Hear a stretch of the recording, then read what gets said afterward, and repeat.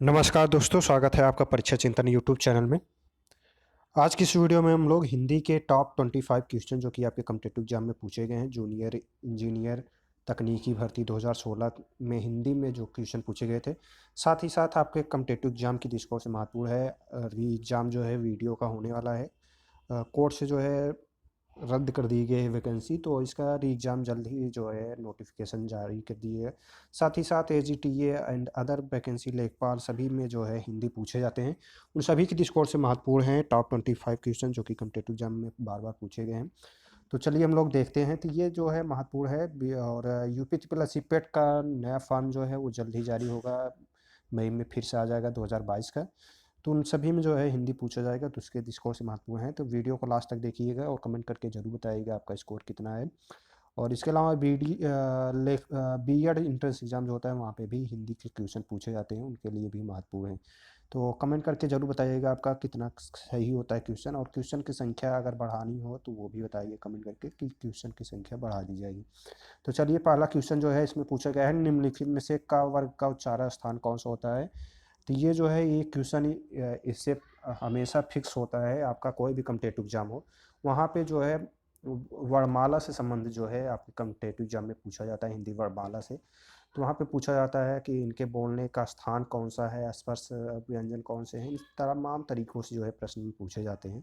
तो यहाँ पे प्रश्न में जो पहले प्रश्न में पूछा गया है कि निम्नलिखित में से का वर्ग का जो है उच्चारण स्थान कौन सा है। तो अगर आपको इसका एक ट्रिक होता है KTM2, KTM2, तो ये अगर याद रखेंगे तो आपको कहीं भी कोई भी कॉम्पिटिटिव एग्जाम में प्रश्न पूछा जाता है तो वो आप सॉल्व कर लेंगे। KTM से जो होता है, के से जो है कंठ हो जाएगा, टी से जो है तालु हो जाएगा, यम से जो है मूर्धन्य हो जाएगा, और डी से जो है दंत हो जाएगा, और ओ से जो है ओष्ठ। तो ये जो है ये क्रम है। तो के से हो जाएगा कंठ। तो कंठ जो है का वर्ग जो होते हैं, का से लेके अंगा तक जितने भी वर्ण हैं वो कंठ वर्ग के अंतर्गत आते हैं, का वर्ग के अंतर्गत आते हैं। तो ये सभी जो हैं इनका उच्चारण स्थान अगर हम बात करें तो इनका उच्चारण स्थान जो होता है वो कंठ होता है। च से लेके च वर्ग जो है वो च छ जा झ या सभी जो है उसके अंतर्गत आते हैं। तो ये जो होता है वो तालु के अंतर्गत आता है, तालु के अंतर्गत च छ जा झ यहाँ आता है। इसके अलावा स भी जो है वो तालु के अंतर्गत आता है। ये आपके यूपी टेट के एग्जाम में भी पूछा गया है, स का उच्चारण स्थान कौन सा है। तो तालु के अंतर्गत इसका उच्चारण स्थान किया जाता है। इसके अलावा मूर्धन्य जो है ट, टमाटर वाला जो ट है, इसका वर्ग जो है ट ठ ड ढ अड़ा 5 जो होते हैं, ये सभी जो हैं वो मूर्धन्य मूर्धा के अंतर्गत आते हैं। इनका उच्चारण स्थान जो है मूर्धा है। इसके अलावा जो है ता था दा ध न जो है ये किसके अंतर्गत आएगा, तो ये जो है आपका दंत दंत के अंतर्गत आता है। तो ये याद रखना है। इसके अलावा प फ ब भ म जो हुआ, प फ ब भ म, ये आपका आ जाएगा ओष्ठ के अंतर्गत। तो ये सभी आपको याद रखना है। अंतस्थ व्यंजन ऊष्म व्यंजन के कौन कौन से हैं, तो ये भी आपके कॉम्पिटिटिव एग्जाम पूछ लिया जाता है। तो अंतस्थ व्यंजन जो हैं वो कौन कौन से हैं, 4 हैं, य र ल व। ये आपको कॉम्पिटिटिव एग्जाम में ये भी प्रश्न पूछ लिया जाता है कि इनमें में से कौन सा अंतस्थ व्यंजन का उदाहरण है। 4 ऑप्शन रहेंगे, उसमें में से एक इसमें में से कोई दे दिया जाएगा, या पूछ लिया जाएगा निम्नलिखित में से कौन सा अंतस्थ व्यंजन नहीं है, तो वो भी आपके कॉम्पिटिटिव एग्जाम में पूछा जाता है। तो यह अलावा जो है ये अंतस्थ व्यंजन है। ऊष्म व्यंजन कौन से हैं, तो ऊष्म व्यंजन जो है सा, खटकोड़वा सा, स और ह। तो ये सभी जो हैं ये ऊष्म व्यंजन के अंतर्गत आते हैं। तो ऊष्म व्यंजन कितने हैं, 4 हैं। अंतस्थ व्यंजन कितने हैं, 4 हैं, यह अलावा। इसके अलावा एक और है आपका संयुक्त व्यंजन पूछा जाता है। संयुक्त व्यंजन कौन कौन से हैं, तो ये भी आपके कॉम्पिटिटिव एग्जाम में पूछ लिया जाता है। तो संयुक्त व्यंजन का उदाहरण जो है छत, त्र, ज्ञ, ये 3 जो हैं वो संयुक्त व्यंजन है। ये भी आपके कॉम्पिटिटिव एग्जाम में पूछा जाता है। तो ये जो है सभी आपको याद रखना है। KTM, ये हो गया आपका KTM। तो के से हो गया कंठ, तालु, मूर्धा। तो कंठ में जो है क वर्ग आ जाएगा, जितने भी पांचों हैं क वर्ग के अंतर्गत, का खा गा घा गंगा। ताल में जो है चछा जझा इया, और मूर्धा में टा ठा धा धा। तो KTM हो गया। डी जो है ये हो जाएगा दंत, और ओ जो है ओष्ठ। तो ओष्ठ के अंतर्गत जो है आपका पापा बाबा माँ आएगा। ये आप नोट कर लें, कहीं पे अगर लिख रहे हैं पापा बाबा माँ। और डी के अंतर्गत जो है दंत, तो दंत के अंतर्गत जो है ता, था, द, ध, न। तो ये पांचों जो है वो आपके दंतोष्ठ के अंतर्गत आएंगे। तो ये आपको याद रखना है। इसके अलावा ये पूछ लेता था खटकोड़वा सा जो होता है ये किसके अंतर्गत आता है, तो ये आपका मूर्धन के अंतर्गत आएगा। ट से टमाटर वर्ग वाला जो है उसी के अंतर्गत ये भी आपका सम्मिलित होता है। ये भी आपके कॉम्पिटिटिव एग्जाम में पूछ लिया जाता है, तो ये सभी याद रखने हैं आपको कॉम्पिटिटिव एग्जाम में। तो कंठ क ख ग घ अंगा, तो कंठ वर्ग हो गया। तालु जो है छ छ ज झ ये हो गया। मूर्धन त थ द ध, दंत त थ द ध न। ओष्ठ जो है प फ ब म, अंतष्ट जो है य र ल व, और ऊष्म व्यंजन जो है स स ह। तो ये सभी जो है आपको याद रखना है। तो यहाँ से समझ लीजिए आपका हमने एक क्वेश्चन से काफ़ी क्वेश्चनों के आंसर आपको बता दिए हैं। तो यहाँ से जो भी प्रश्न में आपके पूछे जाएंगे आप गलत नहीं होंगे प्रश्न। नेक्स्ट क्वेश्चन की तरफ अब हम लोग बढ़ें, तो अगला क्वेश्चन जो है पूछा गया है कि निम्नलिखित में से कौन सा अंधकार शब्द का पर्यायवाची शब्द नहीं है। अंधकार शब्द का पर्यायवाची कौन सा नहीं है। चार ऑप्शन दिए गए हैं, तिमिर, ध्वांत, तमिश्र, निलय। इन चारों में से कौन सा ऑप्शन जो है वो अंधकार का पर्यायवाची नहीं होगा। तिमिर जो होता है ये अंधकार का पर्यायवाची है। ध्वांत जो है अंधकार का पर्यायवाची है। तमिश्र जो है ये भी अंधकार का पर्यायवाची है। तो इसमें अब जो बच रहा है वो है आपका डी ऑप्शन निलय। निलय जो है पर्यायवाची शब्द अंधकार का नहीं है। निलय जो है वो किसका पर्यायवाची शब्द है, तो ये अगर हम बात करें तो निलय जो है गृह, वास, आलय, निकेतन, शाला, सदन। तो ये जो है गृह का पर्यायवाची है निलय। तो ये आपको याद रखना है। इसके अलावा बाकी जो हैं तिमिर, ध्वांत, तमिश्र, ये सभी जो है अंधकार शब्द के पर्यायवाची है। निलय जो है वो गृह, वास, आलय, निकेतन, ये सभी के अंतर्गत आता है, इसका पर्यायवाची है। तो ये हो गया। अगला क्वेश्चन जो है क्वेश्चन नंबर तीसरा है, निम्नलिखित में से कौन सा यमुना के सही पर्यायवाची शब्द हैं। यमुना का ये आपके कॉम्पिटिटिव एग्जाम में पूछा जाता है। तो ये जूनियर इंजीनियर तकनीकी 2016 में भी प्रश्न पूछा गया है। निम्नलिखित में से कौन सा यमुना का सही पर्यायवाची शब्द है। अर्कसूता, रवितनया, कालिंदी। बी है चंचरीक, दुहिता, अर्कजा। सी है कालिंदी, क्षिति संकुत। और डी है रवितनया, कालिंदी, वसुमती। तो क्वेश्चन नंबर तीसरा में अगर हम बात करें तो यहाँ पे कौन सा राइट आंसर है ऑप्शन में, तो यमुना का सही पर्यायवाची शब्द जो है अर्कसुता, रवितनया, कालिंदी, ये तीनों जो हैं वो सही मायने में जो देखा जाए तो यमुना के पर्यायवाची शब्द हैं। बाकी जो दिए गए हैं ये सभी ऑप्शन आपका गलत है, ये सभी तीनों नहीं है। ए ऑप्शन जो है वो राइट आंसर है। अर्कसुता, रवितनया, कालिंदी, कृष्णा, अर्कजा, कृष्णा, अर्कजा, सूर्यसुता इत्यादि जो हैं ये सभी यमुना के सही शब्द पर्यायवाची हैं। तो राइट आंसर ए वाला हो जाएगा। अगला क्वेश्चन जो है क्वेश्चन नंबर 4 है, अतिवृष्टि, अदृश्य, आकर्षण शब्दों के सही विलोम शब्द होंगे क्रमशः। अनावृष्ट, सदृश, विकर्षण। बी है अनावृष्ट, समक्ष, अतिकर्षण। सी वाला ऑप्शन है अनादृष्ट, सादृश, अनाकर्षण। एंड डी है अवृष्ट, सदृश, विकर्षण। तो यहाँ पे विलोम शब्द आपको बताना है। अतिवृष्ट का विलोम क्या होगा, अनावृष्ट होगा, ये सभी लोग जानते होंगे। तो अतिवृष्ट अनावृष्ट हो गया, अदृश्य का सदृश होगा, आकर्षण का विकर्षण होगा। तो ये जो है आपका राइट आंसर जो होगा हो जाएगा। तो क्वेश्चन नंबर 4 में जो राइट आंसर है वो आपका ए वाला ऑप्शन है। अतिवृष्ट, अनावृष्ट, अदृश्य, सदृश, आकर्षण, विसर्जन, विकर्षण सॉरी। ठीक है, तो ये राइट आंसर हो जाएगा। इसके बाद है क्वेश्चन नंबर 5, निम्नलिखित शब्दों के सही पर्यायवाची शब्द होंगे क्रमशः। पेड़, उत्तम, लता। पेड़, उत्तम, लता का पर्यायवाची शब्द कौन सा होगा। चार ऑप्शन दिए गए इनमें से आपको पहचान करना है। तो इस तरीके से भी प्रश्न दे दिया जाता है। ये जूनियर इंजीनियर तकनीकी 2016 के क्वेश्चन में भी पूछा गया है। तो पहला ऑप्शन है भुरूह, उत्कृष्ट, वल्ली। बी है विटप, मुख्य, बेल। सी है पादप, वल्लरी, श्रेष्ठ। एंड डी है वृक्ष, प्रधान, विरुद्ध। तो क्वेश्चन नंबर 5 में अगर बात की जाए यहाँ पे कौन से राइट आंसर हो जाएगा, तो यहाँ पे राइट आंसर जो है पेड़, पेड़ का जो पर्यायवाची शब्द है वो विटप है। उत्तम का मुख्य हो जाएगा, और लता का बेल, बेल जो है जो है लता की पर्यायवाची शब्द है।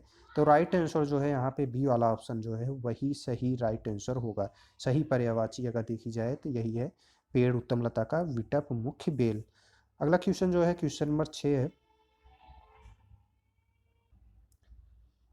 तो क्वेश्चन नंबर 6 जो है कि छोटी सी गलती पर पिताजी ने ऐसे उपदेश दिए कि मैं नतमस्तक हो गया। प्रस्तुत वाक्य रेखांकित अंश के लिए उचित मुहावरा कौन सा होगा इसमें? पहला है अचरा पसारना, दूसरा है सूख दीवार चलाना, तीसरा है साये से भागना और चौथा है कल पढ़ना। तो इसमें में से राइट आंसर जो होगा, दिए गए वाक्य रेखांकित अंश के लिए उचित मुहावरा जो है वो सूख दीवार चलाना जो है राइट आंसर होगा। तो बी वाला ऑप्शन जो दिए गए हैं सूख दीवार चलाना, तो यही दिए गए रेखांकित भाग की जो है उचित मुहावरा जो है वो होगा। सूख दीवार चलाना का अर्थ जो होता है व्यंग्यपूर्ण चुभती हुई बातें कहना, जो है चुभती हुई व्यंग्यपूर्ण चुभती हुई बातें कहना, वही जो है सूख दीवार चलाना कहलाएगा। बाकी जो ऑप्शन दिए गए हैं वो असंगत हैं, तो राइट आंसर जो होगा क्वेश्चन नंबर 6 में वो बी वाला ऑप्शन हो जाएगा। सूख दीवार चलाना जो है रेखांकित तो उपदेश का उचित मुहावरा होगा। अगला क्वेश्चन जो है क्वेश्चन नंबर 7 है कि लकड़ी कौन से संज्ञा भेद का शब्द रूप है? 4 ऑप्शन दिए गए हैं, लकड़ी कौन से संज्ञा भेद का शब्द रूप है? ए है जातिवाचक, बी है व्यक्तिवाचक, सी है द्रव्यवाचक एंड डी है समूहवाचक। तीन में से राइट आंसर कौन सा होगा? जातिवाचक, व्यक्तिवाचक, द्रव्यवाचक, समूहवाचक। इसमें अगर देखा जाए तो लकड़ी जो है वो द्रव्यवाचक के अंतर्गत आएगा। यह एक द्रव्य है लकड़ी जो है, तो लकड़ी द्रव्यवाचक संज्ञा के अंतर्गत आएगा। जिस संज्ञा से किसी धातु, द्रव्य या सामग्री पदार्थ आदि का बोध होता है उसे द्रव्यवाचक संज्ञा कहते हैं। जैसे सोना हुआ, लोहा हुआ, चांदी, लकड़ी, पानी, गेहूं, ये सभी जो है वो द्रव्यवाचक के अंतर्गत आएंगे। तो राइट आंसर जो है क्वेश्चन नंबर 7 में सी वाला ऑप्शन हो जाएगा। अगला जो क्वेश्चन है क्वेश्चन नंबर 8 है। दिए गए बाई ओर के शब्दों को दाईं ओर के उनके विलोम शब्दों से आपको मिलाना है। उर्वर का विलोम क्या होगा? उपजाऊ हो जाएगा राइट आंसर। तो यहाँ पे सॉरी, तो विलोम आपको मिलाना है। उर्वर का कौन सा होगा? उर्वर जो खेत है तो वो ऊसर हो जाएगा। बंजर का उपजाऊ होगा, गरिमा का दुराग्रह होगा और आग्रह का लघिमा होगा। तो ये 4 दिए गए, इनको मैच कराना है आपको। तो यहाँ पे अगर ऑप्शन देखा जाए तो उर्वर का क्या होगा? ऊसर हो जाएगा, बंजर का उपजाऊ हो जाएगा, गरिमा का जो है लघिमा हो जाएगा और आग्रह का दुराग्रह होगा। तो ये जो है आपका राइट आंसर होगा। तो यहाँ पे देखिए तीसरे में जो है डी और चौथे में सी, तो ये आपका बी वाला ऑप्शन जो दिए गए हैं राइट आंसर होगा। यहाँ पे सॉरी, सी वाला ऑप्शन जो है वो राइट आंसर होगा। उर्वर का हो जाएगा ऊसर और बंजर का उपजाऊ, गरिमा का लागिमा और आगरा का दुराग्रह। पहले में ए, दूसरे में बी, तीसरे में डी और चौथे में सी। तो सी वाला ऑप्शन जो है वो राइट आंसर होगा। अगला जो क्वेश्चन है क्वेश्चन नंबर 9 है, निम्नलिखित विकल्पों में से कौन सा दीर्घ स्वर नहीं है? 4 ऑप्शन है, उ, ई, आ। तीन में से अगर देखेंगे तो आप तो दीर्घ स्वर जो है,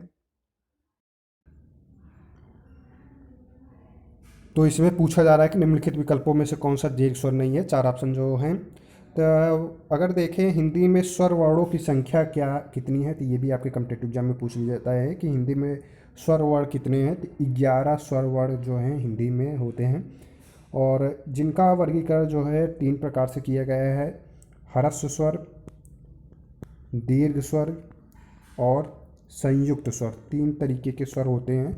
तो ह्रस्व स्वर के अंतर्गत जो है कौन कौन से आएंगे, तो देख लें अगर, तो अ, छोटी ई, छोटा ऊ और री, ये 4 जो है ये आपके ह्रस्व स्वर के अंतर्गत आते हैं। दीर्घ स्वर के अंतर्गत अगर कौन कौन से आएंगे उनको देखें हम, तो दीर्घ स्वर के अंतर्गत आ जाएंगे बड़ा, बड़ी ई, ऊ, ए, ऐ, ओ और औ जो हैं, ये सभी जो हैं आपके दीर्घ स्वर के अंतर्गत आएंगे।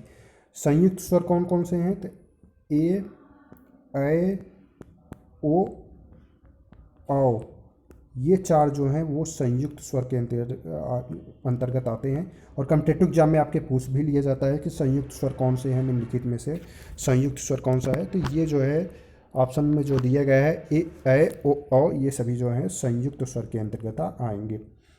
तो यहाँ पे जो है विकल्प में दीर्घ स्वर जो है कौन सा नहीं है, तो सी वाला ऑप्शन जो है राइट आंसर हो जाएगा। अगला प्रश्न देखें हम लोग, तो प्रश्न संख्या 10 है कि तुम राम को कहानी सुनाई, उक्त वाक्य में कौन सा भाग जो है वो गलत है। तुम राम को कहानी सुनाई, तो यहाँ पे राइट आंसर जो होगा वो आपका ए वाला ऑप्शन यहाँ पे जो दिया गया है कि तुम, यही ऑप्शन में जो है गलत है। तुम राम को कहानी सुनाई वाक्य में तुम वाले भाग में त्रुटि है। यहाँ तुम के स्थान पे जो है तुमने होना चाहिए था, तुमने राम को कहानी सुनाई, तो ये होना चाहिए था। इसके स्थान पे यहाँ पे तुम दिया गया है, तो तुम भाग जो दिया गया है वही गलत है। तो राइट आंसर जो है ए वाला ऑप्शन हो जाएगा। अगला जो प्रश्न है प्रश्न संख्या 11 है, जिसको आपने बुलाया था वह विद्यालय गया है, प्रस्तुत वाक्य में कौन से सर्वनाम का प्रयोग हुआ है। तो राइट आंसर अगर इसमें देखें तो संबंधवाचक, जिसको आपने बुलाया था वह विद्यालय गया है, तो इनमें संबंध दर्शाया गया है, तो संबंधवाचक सर्वनाम के अंतर्गत आएगा। तो राइट आंसर जो है डी हो जाएगा। जिसको आपने बुलाया था वह विद्यालय गया है, प्रस्तुत वाक्य में संबंधवाचक सर्वनाम का प्रयोग हुआ है। ऐसे सर्वनाम जो प्रधान उपवाक्य में आए संज्ञा या सर्वनाम से संबंध जोड़ने का कार्य करते हैं उसे संबंधवाचक सर्वनाम कहते हैं। जैसे जिसको पैसा मिलेगा वह काम क्यों नहीं करेगा, तो यहाँ पे संबंध दर्शाने का काम किया जा रहा है। वह लड़का पकड़ा गया जो कल यहाँ आया था, तो यहाँ पे संबंध जो है वो दर्शाया जा रहा है, संज्ञा या सर्वनाम के जोड़ने का कार्य जो है वो हो रहा है। तो राइट आंसर जो है डी वाला ऑप्शन हो जाएगा, संबंधवाचक सर्वनाम। अगला जो प्रश्न है प्रश्न संख्या 12, प्रश्न संख्या 12 है, दिए गए बाईं ओर शब्दों को दाईं ओर के उनके विलोम शब्दों से आपको मैच कराना है। स्थूल का हो जाएगा सूक्ष्म, स्नेहासिक्त का हो जाएगा स्नेहारिक्त, विराट का कौन सा हो जाएगा इसमें, विराट सूक्ष्म या क्षुद्र। तो राइट आंसर जो है डी वाला हो जाएगा। मौन का सस्वर हो जाएगा। तो राइट आंसर यहाँ पे कौन सा होगा, अगर देखें तो ए में बी, दूसरे में ए, तीसरे में डी, चौथे में सी। तो बी वाला ऑप्शन जो दिए गए हैं वही राइट आंसर हो जाएगा। तो स्थूल का सूक्ष्म, स्नेहासिक्त का स्नेहारिक्त, विराट का क्षुद्र या सूक्ष्म होता है, मौन का सस्वर हो जाएगा विलोम। तो राइट आंसर जो है बी वाला ऑप्शन होगा। अगला प्रश्न जो है प्रश्न संख्या 13 है कि मेरे को पुस्तक चाहिए, प्रस्तुत वाक्य में कौन सा भाग जो है वो गलत है। चार ऑप्शन जो दिए गए हैं, तो दिए गए वाक्य में मेरे को पुस्तक चाहिए में मेरे को भाग में त्रुटि जो है वो, तो मेरे को ये वाला बी वाला ऑप्शन जो है वो भाग में जो है त्रुटि है। यहाँ मेरे को स्थान पे मुझे का प्रयोग होना चाहिए था, मुझे पुस्तक चाहिए। तो ये जो है ऑप्शन में होना जो वाक्य था वो होना चाहिए था, लेकिन वाक्य में मेरे को दिया गया है, तो यही जो ऑप्शन है वो गलत है। अगला क्वेश्चन जो है कि वह किला जिसे तुमने देखा था वह अब खंडहर हो गया है, प्रस्तुत वाक्य में कौन सा भाग जो है वो गलत है। वह किला जिसे तुमने देखा था सी है, वह अब डी खंडहर हो गया है।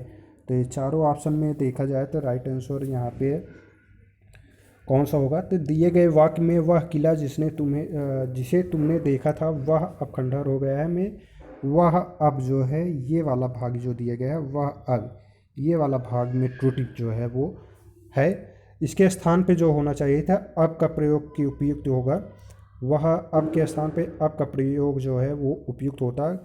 यहाँ पे हो जाता कि वह किला जिसे तुमने देखा था अब खंडहर हो गया है, वह जो है वो नहीं होना चाहिए था। तो यही वाला भाग जो दिए गए हैं ऑप्शन में गलत है। तो राइट आंसर जो होगा सी वाला ऑप्शन हो जाएगा। अगला जो क्वेश्चन है कि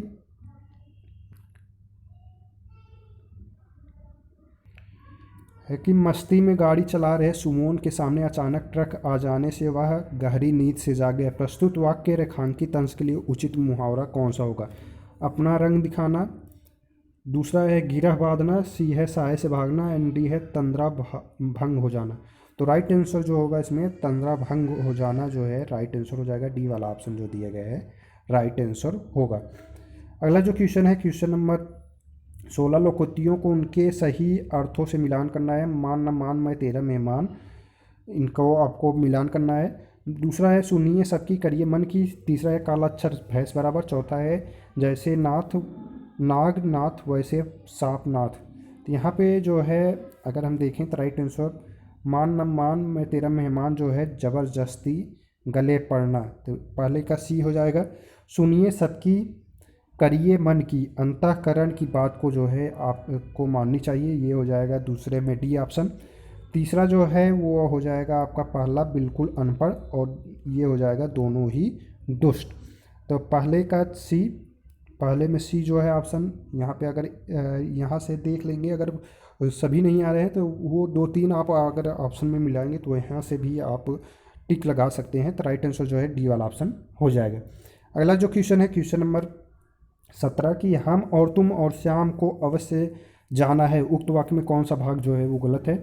हम और तुम और श्याम को अवश्य जाना है, इनमें में से अगर देखें तो राइट आंसर जो होगा हम और तुम और श्याम को अवश्य जाना, उक्त वाक्य में हम और तुम वाले भाग में जो है वो त्रुटि है। यहाँ पे हम तुम और श्याम को जाना चाहिए, होना चाहिए था, इसके स्थान पर हम तुम होगा।